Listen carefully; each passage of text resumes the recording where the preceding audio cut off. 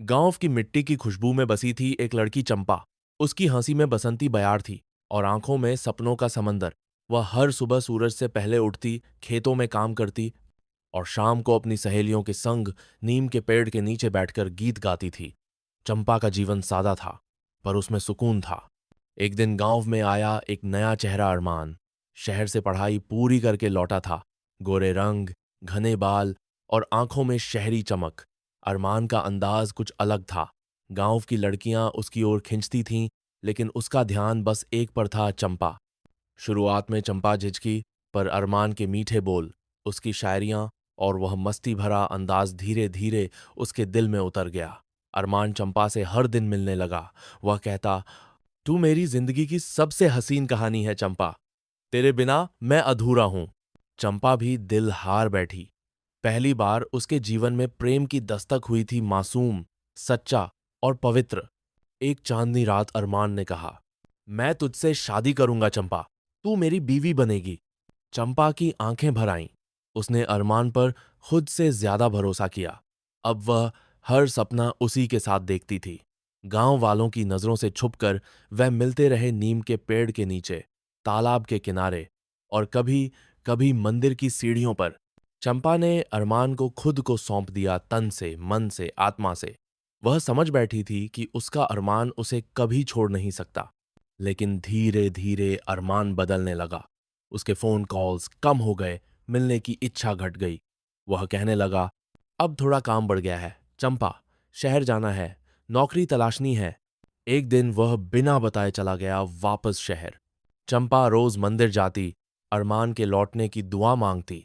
दिन बीते, हफ्ते बीते, महीनों बीत गए, लेकिन अरमान का कोई संदेश नहीं आया। एक साल बाद गांव में खबर फैली, अरमान की शादी हो गई है, शहर में किसी अमीर बाप की बेटी से। चंपा को विश्वास नहीं हुआ। वह भागती हुई अरमान के घर गई, लेकिन दरवाजा बंद था। पड़ोसन ने बताया, अरमान तो शहर में बसा है अब, और कह गया कि वह गांव की जिंदगी से ऊपर उठ चुका है। उस पल चंपा के सपने चकनाचूर हो गए।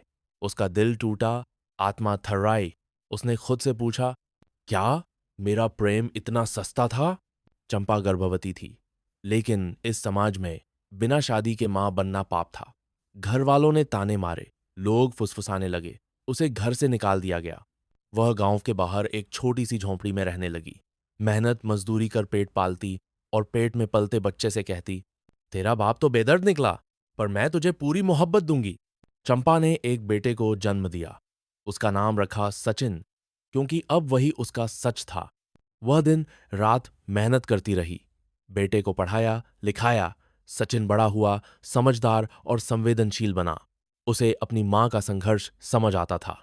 एक दिन सचिन ने पूछा, मां, पापा कौन है? चंपा ने कहा, बेटा, वह एक कहानी थे जो अधूरी रह गई। 20 साल बाद एक दिन गांव में एक गाड़ी आकर रुकी। उसमें से उतरा एक अधेड़ उम्र का व्यक्ति, अरमान। उसकी आंखों में पश्चाताप था। वह अब अकेला था।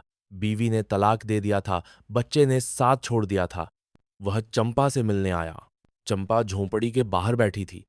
अरमान ने कहा, माफ कर दे चंपा, मैंने बहुत बड़ी गलती की। चंपा ने उसकी आंखों में देखा। उनमें अब वो चमक नहीं थी, पर पश्चाताप की नमी थी।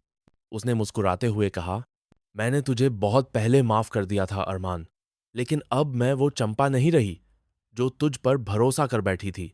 चंपा अपने बेटे के साथ गांव में ही रहती रही। उसका सम्मान वापस लौट आया।